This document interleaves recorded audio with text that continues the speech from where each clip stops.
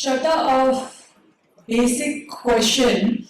Could you walk us through your journey of how you joined Subros and helped grow it? Yeah, so I joined Subros way back in 2001. I was studying before that, first in India and then in England, and then I worked there for a bit. I actually had no intention of joining Subros. I actually had my entire intention was to finish my masters, which I did, and then do my PhD, which I wanted to do in econometrics. But as events turn, my father actually came to England, and I was working over there at that time, and he said that, what's the plan? And I said that, well, the plan is to, I just got to do the PhD at LSE where I was doing my master's. So he says, yeah, why don't you defer it by a year and come and see what we can do back. That was it. I came back and I never really did my PhD after that. Maybe one day I'll, sort of go back to it. All the best for that. So, you've done your education from Delhi University, from London School of Economics, and a master's again. Has your education really helped you in how you've grown as a person in the business? Yeah, for sure. When I went into the Delhi University, I studied at Hindu and economics there. And I went from a very protected school, which was a convent, into the Delhi University. That was a big shocker. And I still remember my days there. However, I think it taught me a lot. It taught me how to deal with, how to deal with diversity is one thing which I needed to learn. And from there on, when I went to England and I pursued 2 masters there, England was a whole new world. You had people from all walks of life who were already very accomplished. You had people from different countries, different backgrounds, different ethnicities. So what that taught me was actually to see how you can not only live, but also thrive in an extremely diverse and competitive environment. So the degrees, I think, per se, economics is something, life is about demand and supply. I think even relationships at some point become that. But of course, it did teach me how to, how to maneuver business in general. I think the life lessons were greater than the academic lessons. That's fantastic. As even Mansi said, that ask for help when you're doing something, because life is bigger than just work. So how do you prioritize self-care, maintain a work-life balance, and in a demanding career like this? And also, what would you suggest to women who want to come back to work after maybe becoming a mom or self-care at home? So I do think that India is a country where we can ask for help, and it is very readily given to you by your extended family. And you can also have help, which helps you at home. I didn't shy away from it. I have help coming in from everywhere. I do think that we need to train our children to accept the fact that their parents are working and they need to, they will not be available, but that doesn't mean they won't be available when they need to be. So the kids also learn to, so I think drawing boundaries is essential. You need to draw boundaries with everyone around you, whether it's your spouse or your parents or your children. What we do as mothers is we don't draw those boundaries because our emotions take over. But I learned to draw, I have 3 children, so I learned to draw those boundaries. My children accept it. For example, just now, my eldest son is in boarding school in India and he just called, his exams are going on. And he said, where are you? And I said, I'm at, he wanted to wish me, so he said, I've just finished my exam and where are you? I said, I'm at a conference. He says, okay, don't worry, Mom, just text me when you're done, I'll call you. So he knows, he understands it. And, that's what it is. We got to tap into the resources that are available around us. And there we need to a little bit swallow our pride, because when you let somebody into your space to help you with your children, then please allow them to do it and not micromanage them. So it's not necessary they'll do it every way you want them to do it, but you know what, they're making life simple for you, so just let them do it. Yeah, that's what I like to say. I think a lot of us resonate here with this topic. Did you have a mentor or a guide, and how important are they in navigating the career, especially? So I think there are two. My mother, who's not there with us anymore. I lost my parents in COVID. She was one person that was my sounding board for everything. Why? Because she was a homemaker till the age of 42. At 42, she started her journey into education and started a school.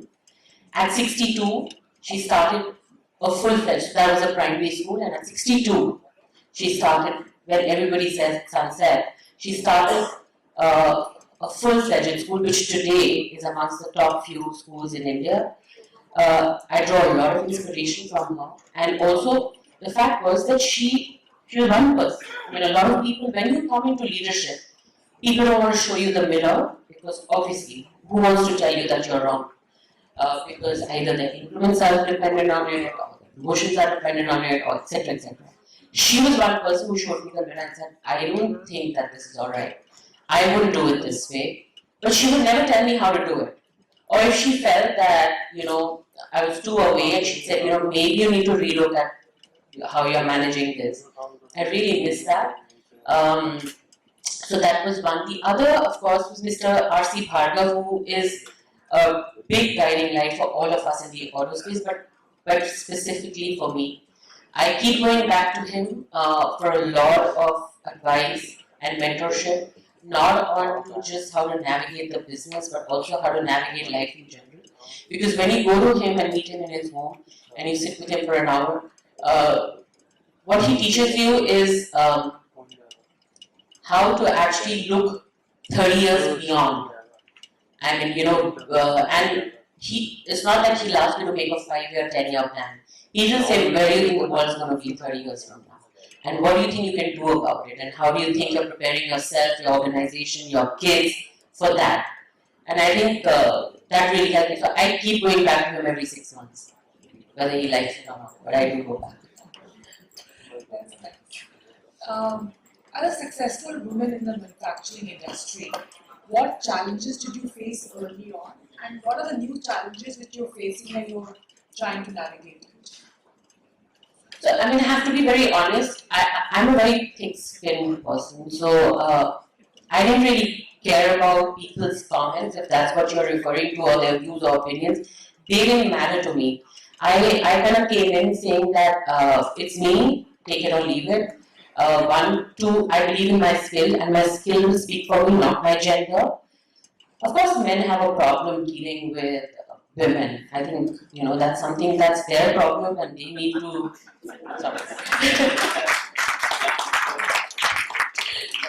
And I think that's something that they need to deal with and learn how to accept, because the fact of the matter is that we're 50% of the world population. You cannot do without us. We will be there by your side and ahead of you, possibly very, very soon. So yeah, as I said, I was 16. There were comments, there were doubts, because when I came in, I was young. I'm still young. When I came in, I was very young, 23 years ago, and there were doubts that she'd get married, she'd have kids. It didn't bother me, what they thought, who thought, and why they thought that way. I just kept going, and rest is history. I went from getting married to having 1, 2, 3 children. It didn't matter. I went into labor with 2 out of my 3 kids at work. So, yeah. So that's that. That's life. That's great. That's good to hear. And if you look back, what is that one thing that you would like to change? Maybe do that PhD. I don't know. Yeah. So I am an academic at heart. I love numbers. My organization hates me for it because, I at some level fantasize about numbers, and that's not a good thing. But yeah, I love numbers. So maybe that. Other than that, nothing. I do this all over again, and possibly do it better. Yeah. Oh, that's nice. That's nice. So yeah, a lot of women, especially girls in college, they think knowing Excel or knowing numbers is not needed if they're doing something which is different from being in analytics or something. But I think, as Shradha said, that it is important that we know it so that we can grow the business better. What word of advice for young women you would give to inspire them to join manufacturing and auto industry, which has very small representation of women? That's correct. Auto and auto component manufacturing is one area which has a very small population of women in the workforce. We at Subros are working very hard to actually change and correct that, because I do believe that diversity brings innovation, ma'am, as you just showed. It brings diversity of thought. There's a lot that goes on, and we have some young ladies here from my group. Yeah, we have 2 men also sitting there. Diversity. We didn't call them; they just came. Okay, so they are our future. So in manufacturing, I think, manufacturing is a very exciting space right now. Because why? Because we are actually pivoting, component manufacturing and automobiles are pivoting towards mobility. So there is actually, lines are blurring between old school manufacturing and I would say, and technology. So there is so much that's going on, and it's so exciting. I would urge everyone here to look at it. I would urge people at your university to look at it. We would love to have more and more girls from there, maybe some boys if you're good enough.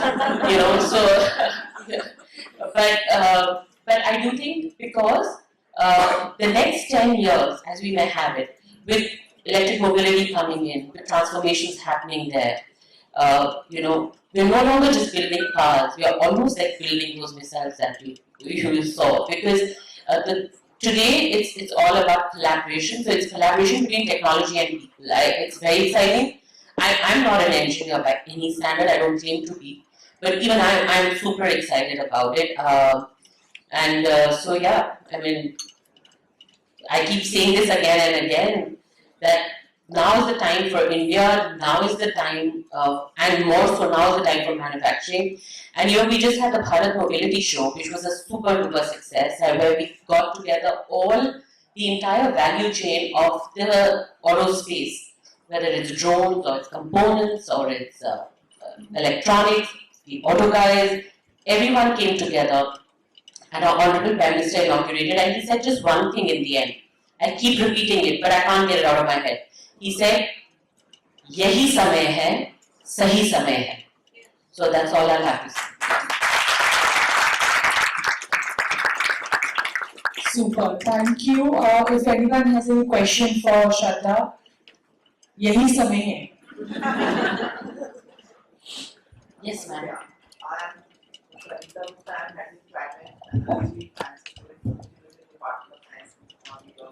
By qualification, I'm a mechanical engineer with PhD from IIT Delhi, and we are just venturing into e-mobility domain. We have just released our white paper on e-mobility, so I'll have to take it forward with you. Oh, I'd love the that. greater role of women. Yeah.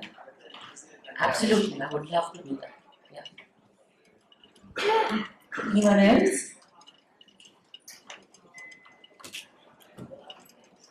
I would say that this question that you asked, I would look like that. It's seldom put to men. It's as though the domestic space, the asymmetry that exists in domestic space in terms of the labor distribution, gender, along the gender lines, is almost taken for granted. I think it's you're absolutely right. I actually evaded answering that question because it bothers me at some level. I keep saying that when is the last time you asked a man about work-life balance? In fact, men are actually revered for working harder. इतना काम करता है, like really, so उसको बोलो 2 बच्चे पैदा करके दिखावे. So I don't questions because I don't think they're relevant anymore. Work-life balance should be there for everybody, whether they are men, women, even children. I keep telling my children, they're in very pivotal classes. One is in 11 going into 12, one is 10 going into 11. Youngest is still younger. I keep telling them, it's not, it's okay. I mean, you don't get that X grade, balance it out. So, work-life balance is important for your health and your mental well-being. As long as your mental well-being and health is okay, you're balanced. That's fine. That is true.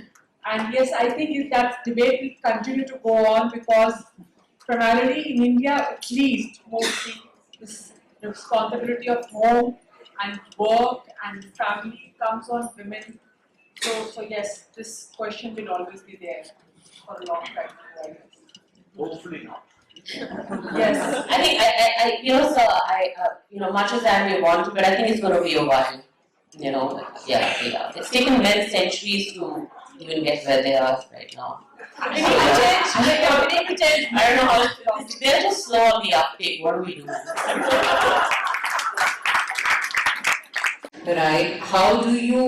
At what level do you ensure that you're hiring enough women at that level? Why I'm asking this is not because I want to understand your hiring policies. I probably want to take it back when we speak to students in STEM colleges as to, what is it that they can choose? There would be a girl out there, wanting to play with machines but not really sure how it will translate 4 years of her BTech or engineering into getting jobs. What kind of jobs are available? How do you try and bridge that, divide? So a very interesting question, ma'am. So I have to say that in the last couple of years, we've actually made a conscious effort to go out there, and when we hire for skill, not for gender. I mean, that's the first narrative. The person sitting across should have, will and skill, two things. Will is more important than skill. Skill, we can still teach. I think that's there. Our HR team is sitting right here. They've just gone out of campus. They've just been recruiting. They can answer this question better for you. But I do think that we are making a conscious effort not to have just women in at entry level, but across the organization, across departments. We have a very robust engineering training program. So when they come in as part of all the young kids come in as part of the engineering program. They'll go together and they'll branch out based on their areas of interest, needs of the organization, etc. So the program is pretty robust. We do a lot of on-the-job training. We do a lot of hands-on training. We've got a concept called dojo, which is basically a Japanese concept of hands-on training. So, it's equal opportunity. I can assure you that. If I don't do it, who will? So there's equal opportunity at the entry level. There will be equal opportunity at lateral hiring. I am now beginning to talk about in the organization of women who want to re-enter the workforce, who've taken a sabbatical, and some of us do need to take a sabbatical for reasons explained earlier, but want to come back. And when they come back, they actually are on a step lower. So the debate in my mind right now, and even with my senior management, I just had a big debate with my CEO. We were on a flight back from San Francisco saying, how should we do it and why should we do it? And if somebody wants to come back into the workforce after 4 years, where should she start? What's the right point? Where she left off? But then her peers move much ahead. So I think that's one thing that organizations really need to look at. So it has to be policies, equality of policies for hiring, for retention, for training, for mentorship, and across the board. Yeah. We'll take one last question from Dr. Kita. In fact, Professor Menon, I was thinking on the same lines as him. I just wanted to say one thing which another woman colleague said to me when my child was very young and I was thinking about going for a conference, a workshop for 3 weeks, and feeling very guilty about it. This idea that your emotions take over is something that is so true. But the thing that was said to me was, please don't feel guilty. And I think that's one of the things that women need to really inculcate within themselves, that please just don't feel guilty about taking these steps. And as she said, the men are still taking so many centuries to learn how to feel guilty. and we are born with feeling guilty. I think that's something that we really need to overcome and shed. I mean, you're right. I mean, guilt is inherently part of our nature. But I do think that every relationship should be based on trust and respect.